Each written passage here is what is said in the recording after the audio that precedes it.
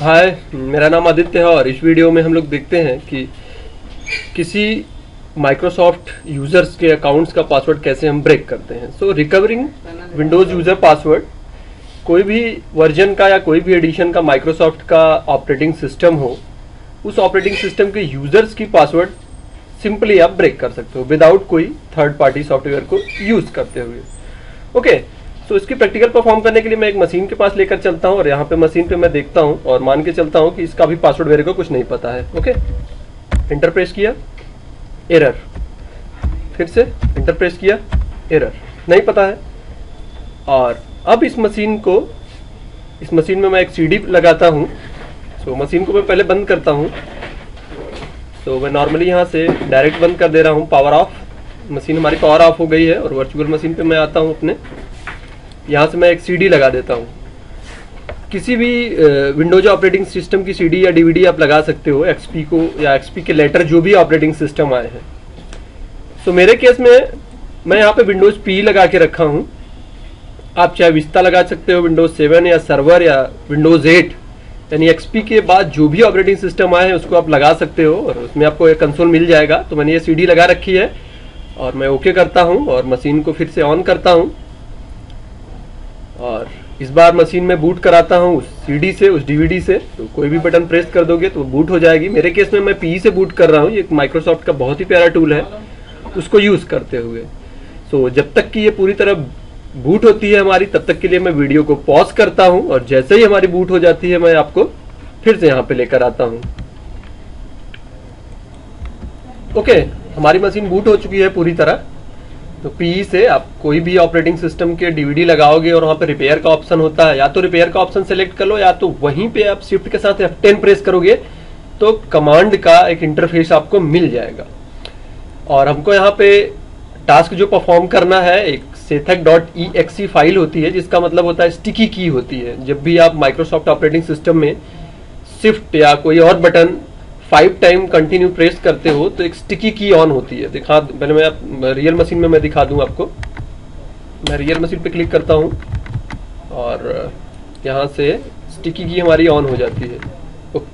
Okay, नहीं on हो रही है किसी कारण से। सो फिलहाल अब हमें एक कमांड चलाना होता है, या तो मैं कमांड से करूं या तो ग्राफिकल करूं। तो मैं ग्राफिकल बेहतर समझता हूं आपके अच्छे से समझने के लिए। मैं नोटपैड चलाता हूं। यहाँ पे नोटपैड खुलता है, मैं यहाँ पे कुछ भी लिखता हूँ और नोटपैड को क्लोज करने की कोशिश करता हूँ। तो ये कहता है क्या सेव करोगे आप?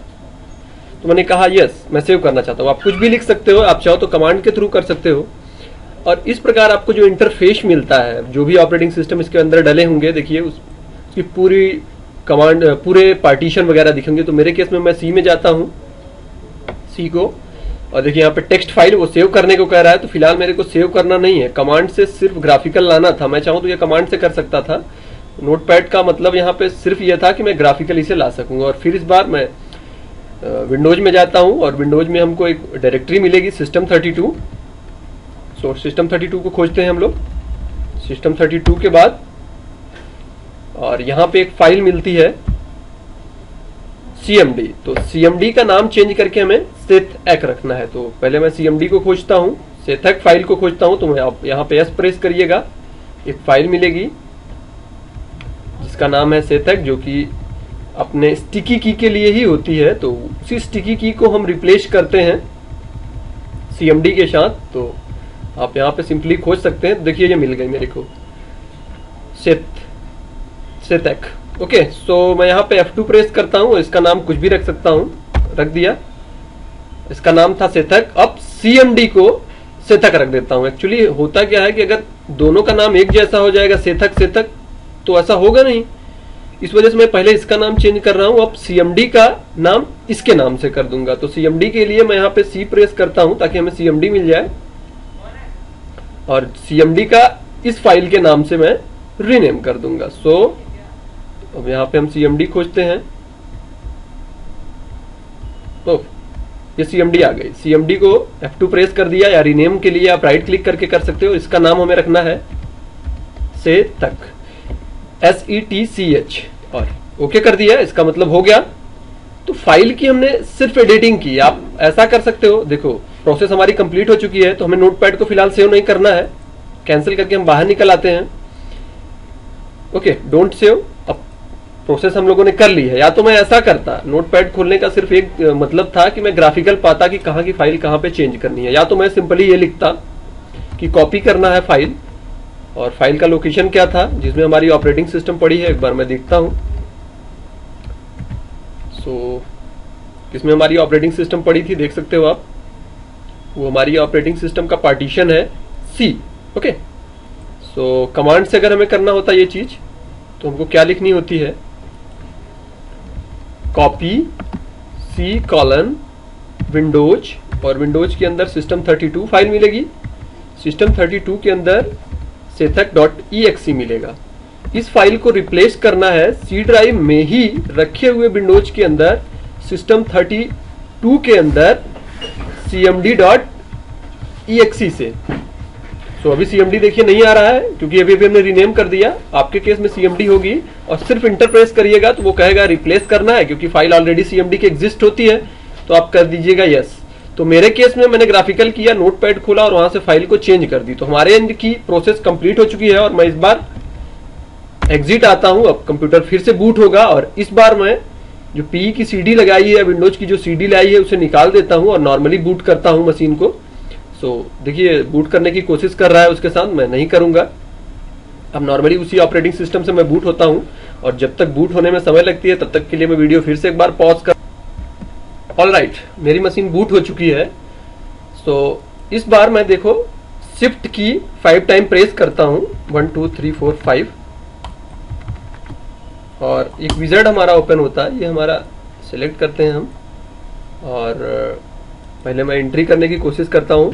एंटर और डेल हमने प्रेस किया जिसका मतलब ये विजार्ड मिलेगा, और मैं टैब प्रेस करके किसी दूसरी जगह होके मैं शिफ्ट को 5 टाइम प्रेस करता हूं। जैसे मैं 5 टाइम प्रेस करूंगा तो देखिए ये विजार्ड खुल जाएगी, ये कमांड की विजार्ड हो गई। एक बार मैं फिर से बताऊं आपको करना क्या था।